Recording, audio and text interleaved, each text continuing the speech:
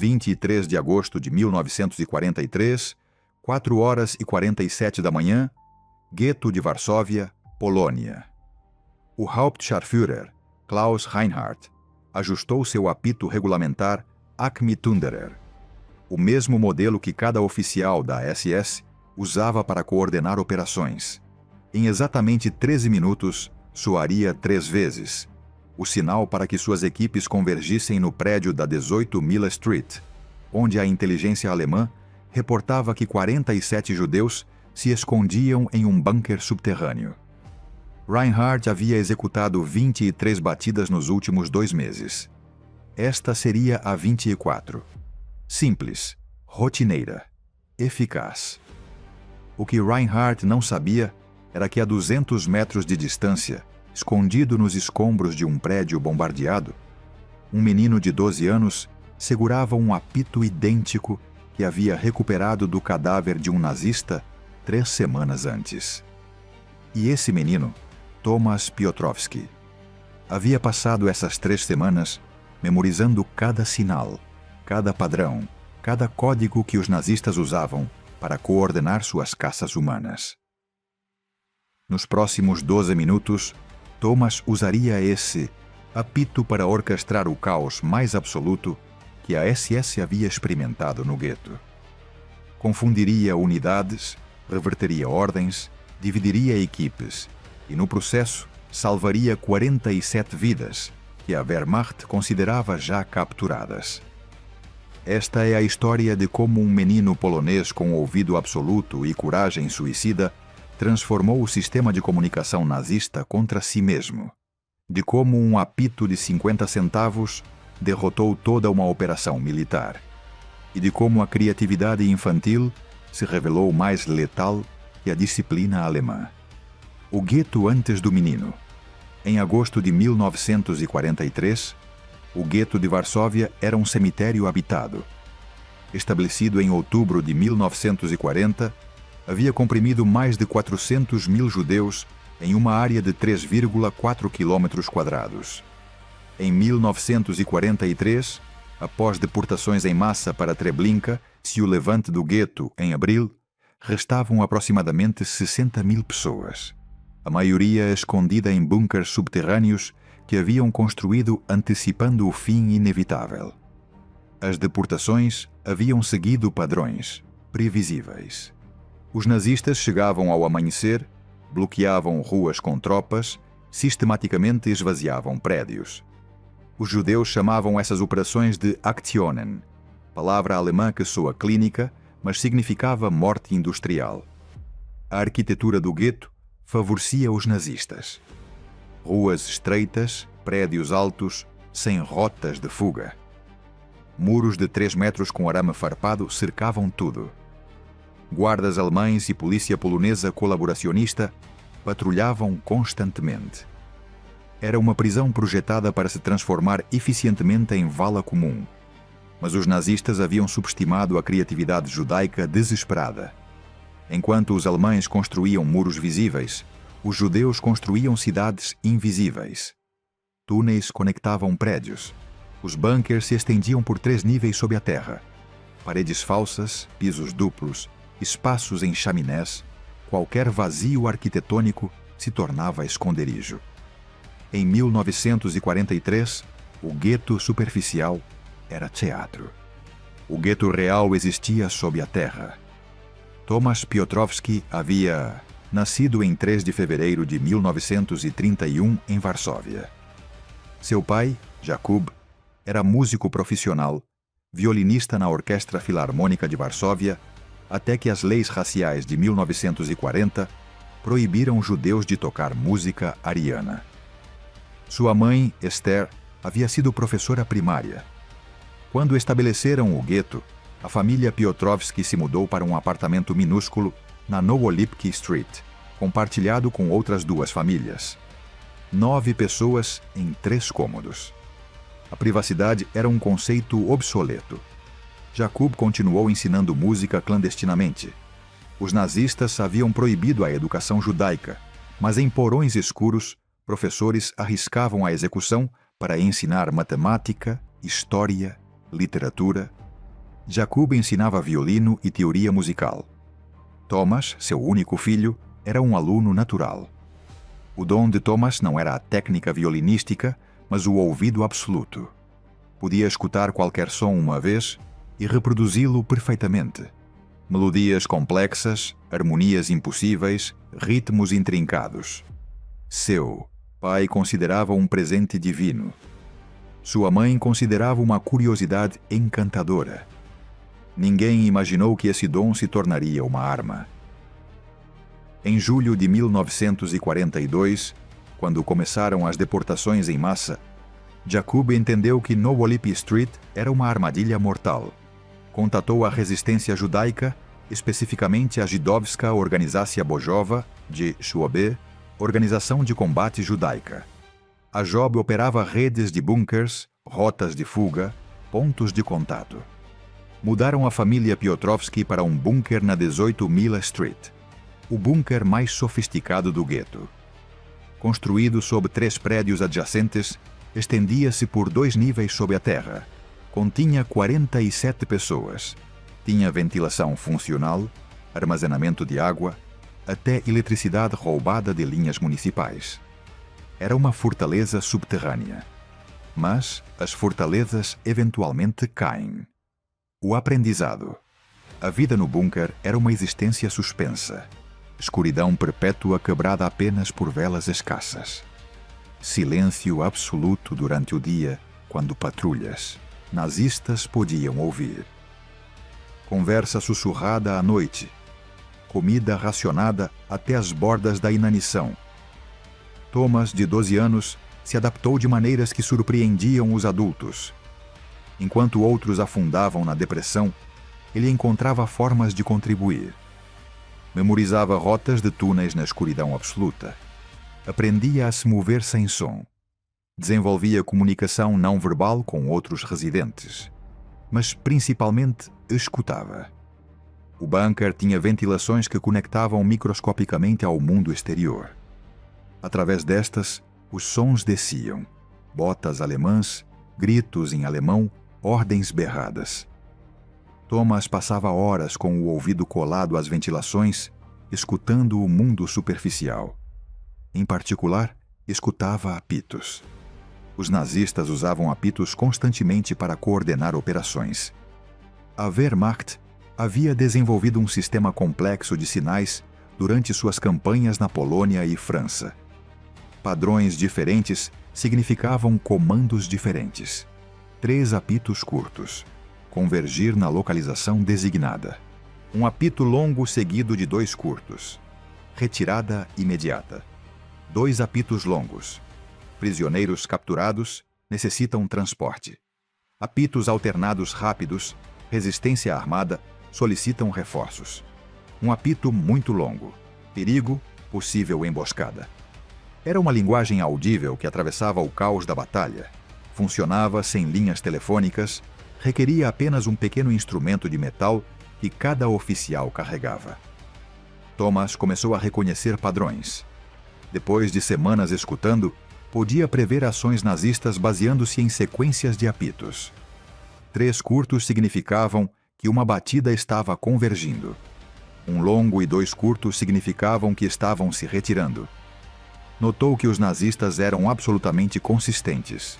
Nunca variavam sinais, porque a variação causaria confusão entre suas próprias tropas. Uma tarde de julho, durante uma batida em um prédio próximo, Tomás sussurrou para seu pai. Vão se retirar em 30 segundos. Como sabe? Perguntou Jacob. Escutei o apito. Um longo, 2 curtos. Exatamente 28 segundos depois, escutaram botas alemãs se afastando. Jacob olhou para seu filho com uma expressão estranha. Você pode imitar esses apitos? Thomas pensou. Sim, se tivesse um apito. A ideia que nasceu naquele momento era tão perigosa que Jacob imediatamente tentou suprimi-la. Mas ideias perigosas, em tempos desesperados, têm uma maneira de insistir em existir. 3 dias depois, durante uma patrulha noturna, resistentes da JOB emboscaram 2 policiais poloneses, colaboracionistas em uma rua escura. Mataram um, feriram o outro, recuperaram armas, munições e no bolso de um apito Acme Thunderer, idêntico aos usados pela SS. Mordechai Anielewicz, comandante da Job, pessoalmente levou o apito ao bunker na 18 Mila Street. Ouvi que você tem um menino com talento especial, disse a Jakub. Thomas recebeu o apito como outras crianças receberiam brinquedos. Era um cilindro de metal de 6 centímetros. Peso desprezível, design simples. Quando soprou, o som era agudo, penetrante, idêntico aos que havia escutado 1000 vezes das ventilações. Durante as 2 semanas seguintes, Thomas praticou cada padrão que havia memorizado. Seu pai o supervisionava, verificando a precisão. Outros residentes do bunker, inicialmente céticos, gradualmente ficaram maravilhados. O menino podia replicar perfeitamente cada sinal nazista. Não apenas tom e duração, mas timbre exato, urgência específica, autoridade implícita. Quando Thomas soprava 3 apitos curtos, soavam indistinguíveis da ordem de um oficial alemão. É perfeito, disse Mordechai, depois de escutar a demonstração. Perfeito demais para desperdiçar. O que propõe? Perguntou Jakub, embora temesse a resposta. Os nazistas estão planejando uma batida massiva. Infiltramos a polícia colaboracionista. Sabemos que virão para este setor em breve. Se seu filho pode criar confusão no momento crítico... Ele tem 12 anos, interrompeu Jakub. Todos temos 12 anos aqui, respondeu Mordechai amargamente. Alguns apenas viveram mais tempo. O plano. A inteligência da resistência era clara.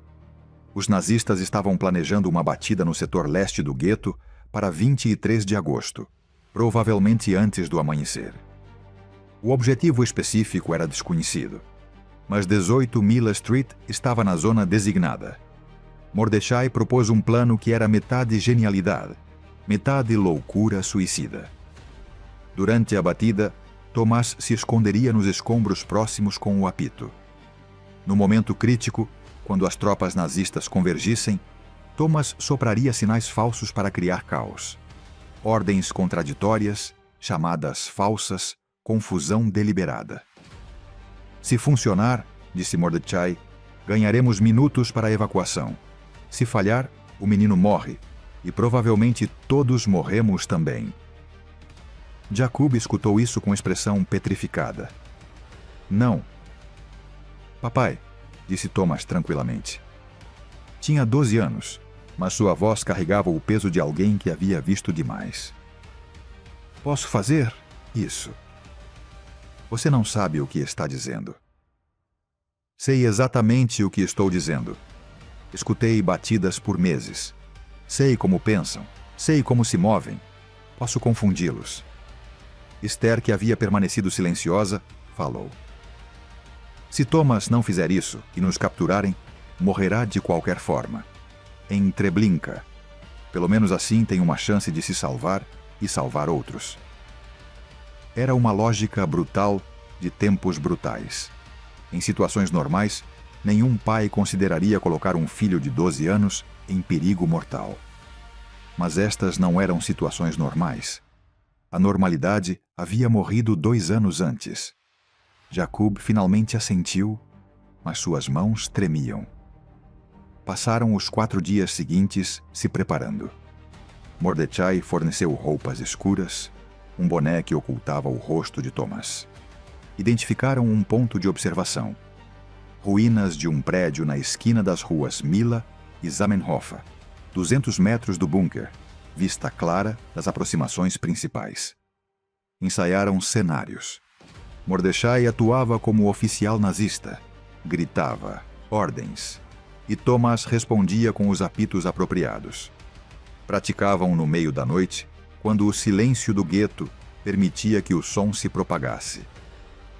Lembre-se, instruía Mordechai, não sopre até ver as tropas se movendo. Se soprar muito cedo, terão tempo para se reorganizar. Muito tarde, já terão convergido. O timing é tudo. Thomas assentiu, absorvendo cada detalhe. "E se me atirarem?" perguntou uma vez. Mordechai não adoçou a resposta. "Então terá dado sua vida por 47 pessoas. É mais do que a maioria consegue." Na noite de 22 de agosto, Thomas não conseguiu dormir. Jazia na escuridão do bunker, o apito escondido no bolso, escutando a respiração de 46 pessoas, cujas vidas dependiam parcialmente dele amanhã. Sua mãe o abraçou. "Você não precisa fazer isso." "Sim, preciso", respondeu Thomas. "Quem mais pode?" Às 4h30 da manhã de 23 de agosto, Thomas saiu do bunker através do túnel de evacuação que emergia 3 prédios a leste. Com ele iam 2 resistentes, adultos da ZUB, Marek e Samuel, que o escoltaram ao ponto de observação. E então desapareceram. O gueto antes do amanhecer era um mundo de sombras e terror contido. Escombros de prédios bombardeados criavam um labirinto de ruínas. Cadáveres ocasionais jaziam onde haviam caído, ninguém vivo com energia para enterrá-los. Chegaram ao ponto de observação. 3º andar de um prédio parcialmente colapsado. A parede externa destruída, proporcionando vista perfeita do cruzamento, onde a inteligência previa que os nazistas convergiriam. "Fique abaixado", instruiu Marek.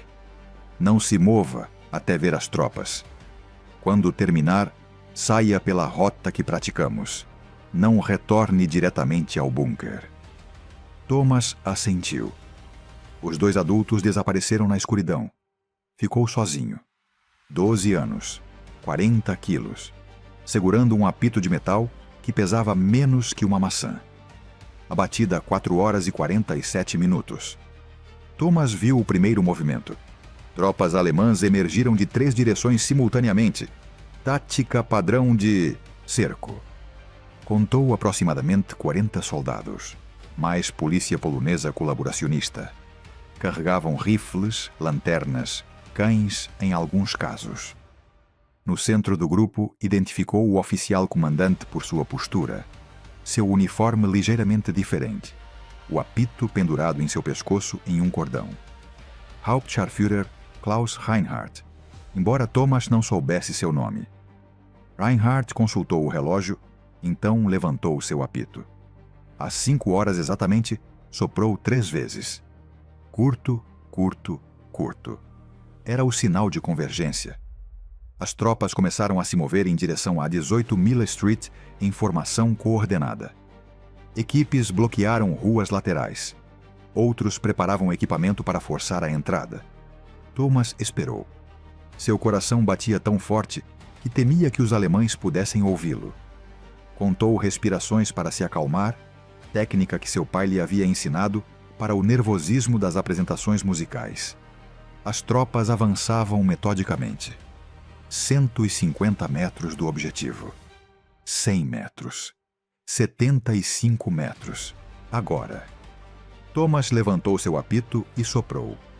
Longo, curto, curto. O som atravessou o ar matinal com clareza perfeita. Era o sinal de retirada. Embaixo, as tropas nazistas imediatamente pararam, confusas. O sinal havia vindo da direção do prédio objetivo, mas a voz do apito soava exatamente como o apito de Reinhardt. Reinhardt olhou ao redor, desconcertado. Não havia soprado retirada. Quem havia? "Ignorem isso!" gritou. "Continuem avançando!" As tropas hesitaram, mas obedeceram, avançando novamente. Thomas soprou de novo. Longo, curto, curto, mais insistente. Agora as tropas realmente pararam. Alguns começaram a recuar, outros olhavam para Reinhardt para confirmação. A disciplina alemã enfrentava contradições, 2 ordens opostas com autoridade aparentemente igual. "Quem diabos está soprando o apito?" gritou Reinhardt furiosamente. Thomas esperou 10 segundos, então mudou de tática. Soprou. Curto, curto, curto, curto, curto, rápido e urgente. Era o sinal de resistência armada, solicitação de reforços. Isso causou pânico controlado. As tropas que haviam avançado começaram a tomar posições defensivas, esperando fogo de franco-atiradores. Os reforços que esperavam na retaguarda começaram a avançar prematuramente. Reinhardt compreendeu que algo estava terrivelmente errado. Alguém com um apito nazista estava sabotando sua operação. Mas quem? Onde? Encontrem a fonte desse som, ordenou. Enquanto as tropas procuravam, Thomas mudou de posição. Moveu-se 20 metros a leste para uma seção diferente do prédio em ruínas. Da nova posição, soprou. Longo, longo. Este era o sinal de prisioneiros capturados, solicitação de transporte. Implicava que o objetivo havia sido alcançado com sucesso. Um grupo de tropas na retaguarda, escutando este sinal, assumiram que o avanço havia triunfado e começaram a se mover para frente para coletar prisioneiros. Mas as tropas na vanguarda não haviam capturado ninguém e ficaram confusas ao ver os reforços avançando prematuramente. A coordenação alemã, usualmente perfeita, se desintegrou em caos. As unidades se moviam em direções contraditórias. Oficiais gritavam ordens conflitantes. O sistema de comunicação que dependia de sinais claros havia sido infectado com um vírus de ambiguidade. No bunker sob 18 Miller Street, os residentes escutavam o caos acima com crescente espanto. Mordechai, colado à ventilação, sussurrava atualizações. As tropas estão confusas. Estão se dividindo. Alguns estão recuando. O menino está conseguindo, murmurou alguém com incredulidade. Acima, Reinhardt havia compreendido a tática.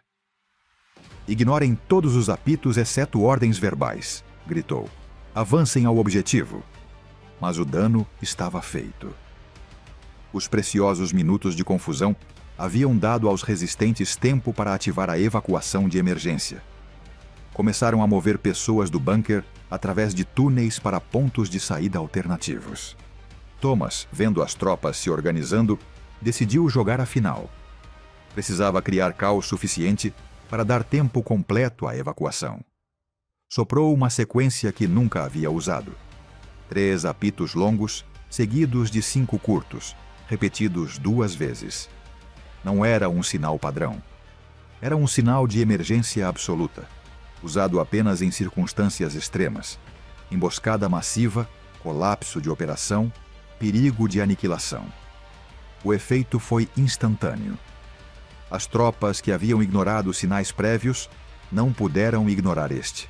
Era pânico codificado. Os soldados começaram a recuar ativamente, buscando cobertura, preparando defesa. Reinhardt compreendeu que havia perdido completamente o controle.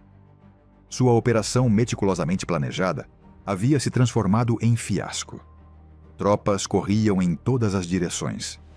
A comunicação era impossível. Não sabia se enfrentava resistência armada real ou sabotagem psicológica. Tomou uma decisão: recuar, reagrupar, tentar novamente com melhor inteligência. Soprou seu próprio apito. Longo, curto, curto. Retirada genuína desta vez. As tropas, aliviadas de ter uma ordem clara de seu comandante real, começaram uma retirada organizada. Às 5h17, 17 minutos após o início programado, a batida havia colapsado. Os nazistas se retiraram sem ter capturado ninguém, sem ter localizado o bunker, completamente confusos sobre o que havia dado errado. Thomas permaneceu em seu esconderijo outros 30 minutos, assegurando-se de que a retirada era completa. Então, seguindo a rota de fuga planejada, desceu das ruínas e navegou por becos até o ponto de extração a 400 metros do bunker. Marek o esperava. Você conseguiu, disse simplesmente. Todos saíram? Perguntou Thomas. Os últimos estão saindo agora. Ninguém capturado. 47 pessoas haviam sido evacuadas do bunker na 18 Miller Street durante o caos que Thomas havia criado. Haviam sido dispersas para 5 bunkers diferentes através do gueto. Os nazistas retornariam eventualmente, mas até então o objetivo estaria vazio. Consequências imediatas. Naquela noite, no bunker de reserva na Franciscanska Street, onde a família Piotrowski havia sido realocada, Thomas finalmente permitiu que o choque o alcançasse. Tremeu incontrolavelmente por 1 hora. Sua mãe o segurou sem falar. Poderia ter morrido, sussurrou finalmente. Mas você não morreu, respondeu Esther. Salvou 47 vidas, incluindo a sua, a minha, a do seu pai. Jakub, sentado do outro lado, tinha lágrimas correndo pelo rosto. Nunca deveria ter permitido. Você não tinha escolha, disse Thomas com clareza surpreendente. Nenhum de nós tinha. Era verdade que crianças no gueto compreendiam com precisão o que fazia adultos chorarem. Não tinham escolhas reais. Havia apenas graus de terror. Mordechai visitou 2 dias depois. Os nazistas estão furiosos, reportou. Estão investigando como sua comunicação foi sabotada. Alguns oficiais pensam que foi um infiltrado em suas fileiras. Outros pensam que foi um resistente, com rádios capturados. Ninguém suspeita que foi um menino com um apito. Eles voltarão? Perguntou Jakub. Sem dúvida, mas agora estão mais cautelosos. E ganhamos tempo. Mordechai olhou para Tomás. Você poderia fazer isso de novo? Antes que Jakub pudesse protestar, Thomas respondeu. Se for necessário, sim. Durante as semanas seguintes, Thomas executou 3 operações adicionais de sabotagem com o apito. Cada vez, os nazistas planejavam batidas. A inteligência da resistência alertava. Thomas se posicionava, criava confusão com sinais falsos. Nem sempre funcionou perfeitamente. Na segunda operação, quase foi detectado quando um soldado viu movimento em seu esconderijo. Escapou apenas porque aquele soldado assumiu que era um rato, não uma criança. Na terceira operação, as tropas nazistas haviam mudado alguns sinais, tornando-os mais complexos. Thomas improvisou, criando confusão diferente, mas eficaz. Para a quarta operação, os nazistas haviam começado a usar, principalmente, ordens verbais, confiando menos em apitos. A eficácia da tática estava diminuindo à medida que os alemães se adaptavam. Mas, no total, as 4 operações salvaram aproximadamente 150 vidas. Bunkers que teriam sido descobertos foram evacuados a tempo.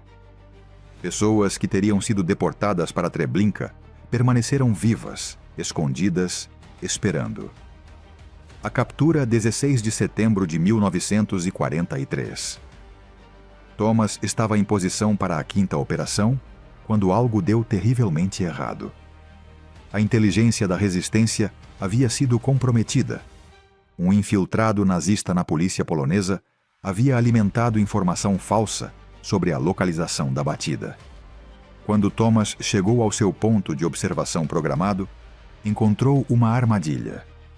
Tropas alemãs já estavam posicionadas, esperando. Haviam deduzido que alguém se escondia nas ruínas durante as batidas, soprando sinais falsos. Então prepararam uma emboscada. Thomas viu as tropas tarde demais. Quando tentou recuar, um soldado emergiu do esconderijo às suas costas, bloqueando a fuga. "Pare ou atiro!" ordenou em alemão. Thomas congelou. Tinha 12 anos. Seu cérebro processava opções com velocidade desesperada. Correr significava uma bala nas costas. Render-se significava interrogatório, tortura, morte eventualmente. Escolheu a terceira opção. Levantou o apito aos lábios e soprou tão forte quanto pôde. 3 longos, 5 curtos, repetidos, repetidos, repetidos. Sinal de emergência máxima, gritado com pulmões de criança desesperada. O som atravessou o ar matinal, alcançando bunkers próximos onde resistentes escutavam. Era um sinal não apenas de operação comprometida, mas de captura. Alertou toda a rede de resistência no setor leste. Evacuação imediata, assumir tudo comprometido, dispersar-se. O soldado arrancou o apito de suas mãos, o golpeou duramente. Thomas caiu, saboreando sangue. O Hauptscharführer Reinhardt chegou momentos depois. Olhou para o menino sangrando no chão com uma expressão entre fúria e incredulidade. "Este é seu sabotador", informou o soldado. "Um menino judeu."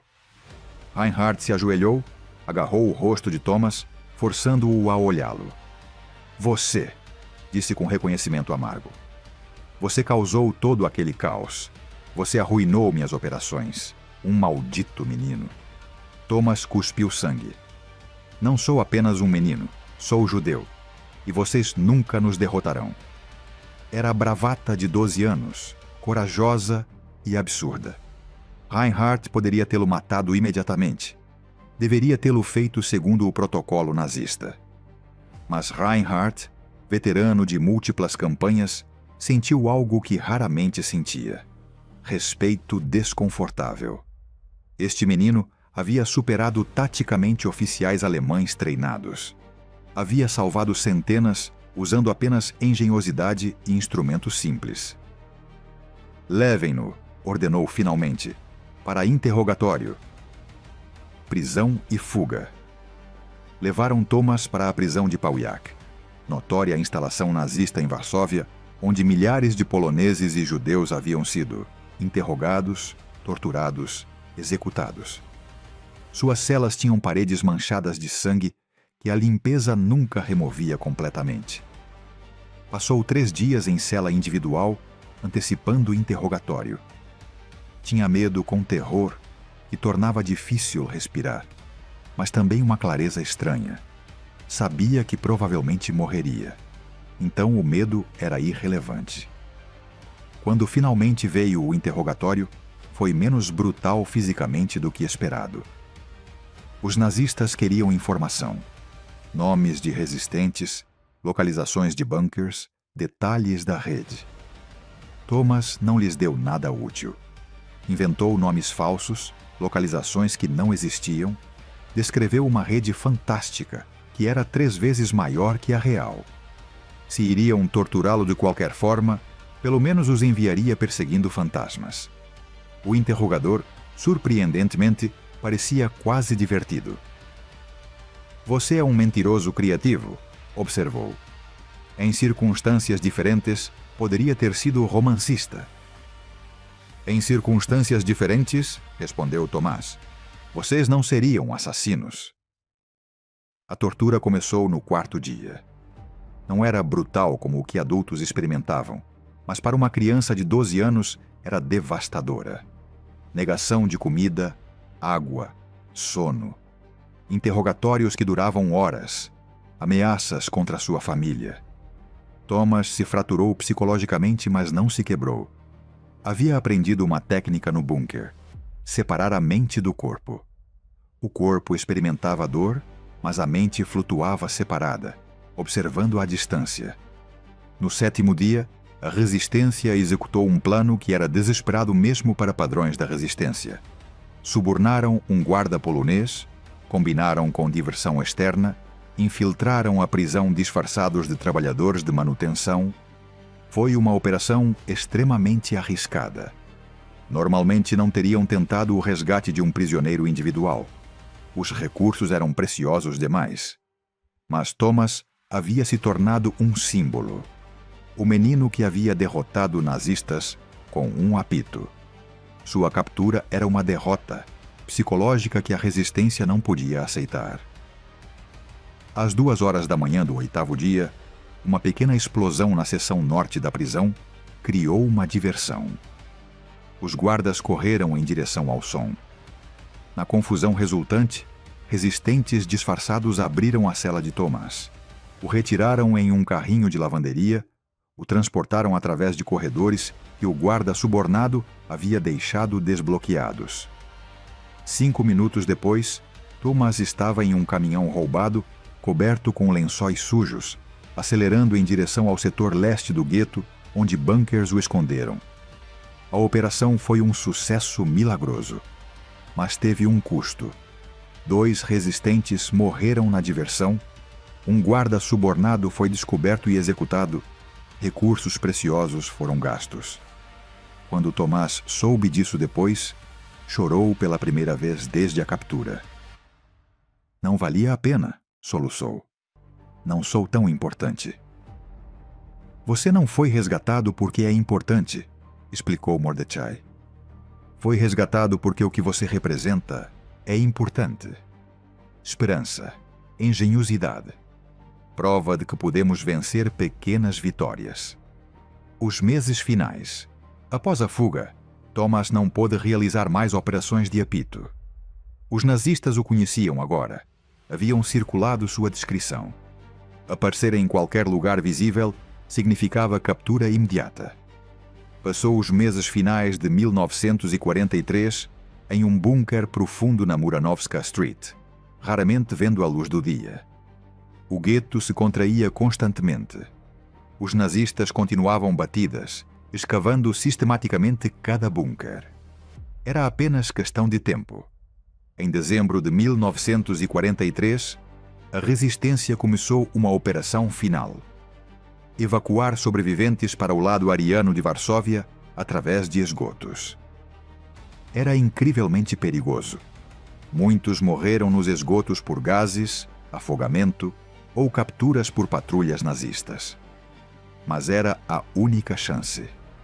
A família Piotrowski foi evacuada em 18 de janeiro de 1944.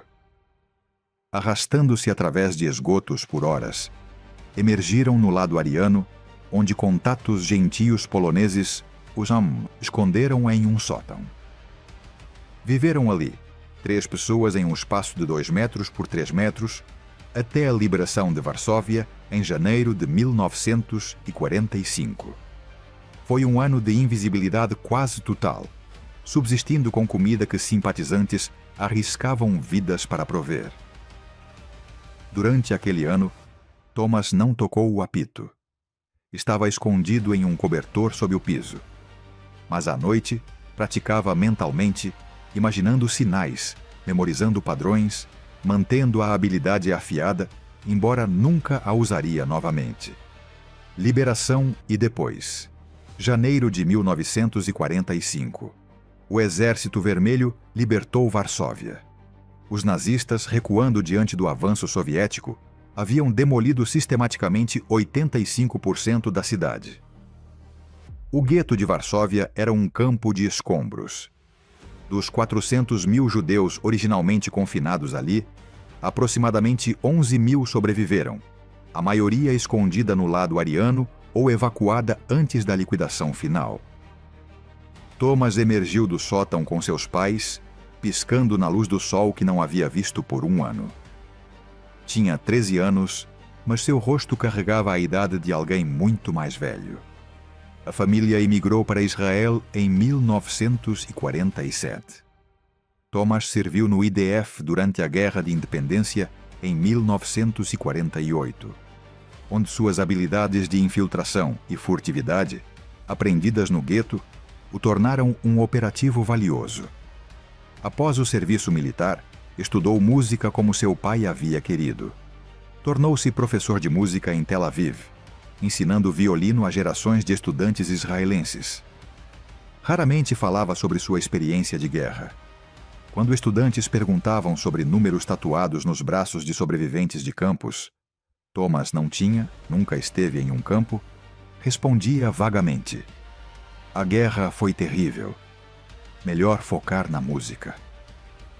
Apenas após se aposentar em 1989, começou a compartilhar sua história. Deu entrevistas a historiadores, testemunhou em Yad Vashem, escreveu uma breve memória intitulada simplesmente O Apito. Naquela memória, descreveu a sensação de soprar sinais falsos enquanto nazistas procuravam. Era um músico dirigindo uma orquestra de caos. Cada nota tinha que ser perfeita ou toda a performance falharia. Mas em vez de criar beleza, criava confusão. Era música escura, mas era minha música e salvava vidas. Thomas morreu em 2015 aos 84 anos. Em seu funeral, seu neto soprou o apito Acme Thunderer 3 vezes, então o depositou no caixão. Era o apito original recuperado da polícia colaboracionista em 1943, preservado por 7 décadas. Legado e análise. A história de Thomas Piotrowski representa uma forma única de resistência. Sabotagem psicológica, utilizando sistemas de comunicação inimigos contra eles. Os nazistas haviam construído uma máquina militar baseada em disciplina, hierarquia, comunicação clara. Os apitos eram parte desse sistema, permitindo coordenação rápida sem tecnologia complexa. A genialidade de Thomas foi reconhecer que o sistema baseado em clareza era vulnerável à ambiguidade. Introduzindo sinais contraditórios no momento crítico, transformou a vantagem alemã em desvantagem. Sua disciplina se tornou confusa. Sua coordenação se tornou caos. Um sistema projetado para a eficiência se tornou fonte de vulnerabilidade. Era uma forma de resistência acessível. Não requeria armas, treinamento militar ou recursos massivos. Requeria apenas observação cuidadosa, habilidade de imitação e a coragem suicida de um menino de 12 anos. Historiadores estimam que as operações de Thomas diretamente salvaram aproximadamente 150 a 200 vidas ao criar tempo para evacuações. Indiretamente, causou que nazistas revisassem sistemas de comunicação, desviassem recursos investigando infiltrados e perdessem confiança na coordenação por apito. Mas, mais importante, demonstrou que a resistência podia tomar formas inesperadas. Nem todos os heróis carregavam armas. Alguns carregavam apitos. Epílogo: o som da resistência. Em 2008, Yad Vashem instalou uma exibição permanente intitulada Vozes de Resistência. Entre fotografias de combatentes do gueto, armas improvisadas e documentos de resistência, há uma pequena vitrine contendo um apito Acme Thunderer. A placa diz: apito usado por Thomas Piotrowski, idade 12, para sabotar operações nazistas no gueto de Varsóvia, 1943. Instrumento simples, coragem extraordinária. Visitantes podem pressionar um botão que reproduz uma gravação das sequências de apito que Thomas soprou. O som agudo preenche o espaço da exibição e, por momentos, é possível imaginar o caos que aquele som criava 8 décadas atrás. Na entrevista final antes de sua morte, Thomas foi perguntado se tinha medo durante as operações. Claro que tinha medo, respondeu. Tinha 12 anos. Estava aterrorizado a cada segundo. Mas o medo é menos importante que a necessidade. Precisávamos sobreviver. Precisávamos resistir. Comparado àquela necessidade, meu medo era irrelevante. O que você quer que as pessoas lembrem da sua história? Thomas pensou por muito tempo que a resistência toma muitas formas. Nem sempre parece um soldado com um rifle. Às vezes parece uma criança com um apito. O tamanho da arma não importa. O que importa é recusar-se a aceitar que não há opções. O apito pesa 28 gramas. Custava 50 centavos em 1943. Foi fabricado na Inglaterra pela companhia que o projetou para árbitros esportivos. Mas nas mãos de Thomas Piotrowski, tornou-se um instrumento de guerra psicológica, ferramenta de salvação em massa, símbolo de engenhosidade humana enfrentando maldade organizada. Os nazistas tinham tanques, aviões, armas industriais de morte em massa. Thomas tinha um apito e ouvido absoluto. E naquelas manhãs de agosto e setembro de 1943, quando um som agudo atravessou o ar do gueto, criando confusão nas fileiras alemãs, aquele apito derrotou aqueles tanques mais efetivamente do que qualquer arma convencional poderia ter feito. Porque enquanto a violência pode destruir corpos, a engenhosidade destrói planos. E planos destruídos salvam vidas. O menino de 12 anos que sabia imitar apitos nazistas desviou mais que batidas. Desviou destinos, escreveu finais, provou que mesmo na escuridão mais absoluta, a criatividade humana encontra formas de criar luz. E tudo o que precisou foi 28 gramas de metal, imitação perfeita, e coragem que pesava infinitamente mais que qualquer arma.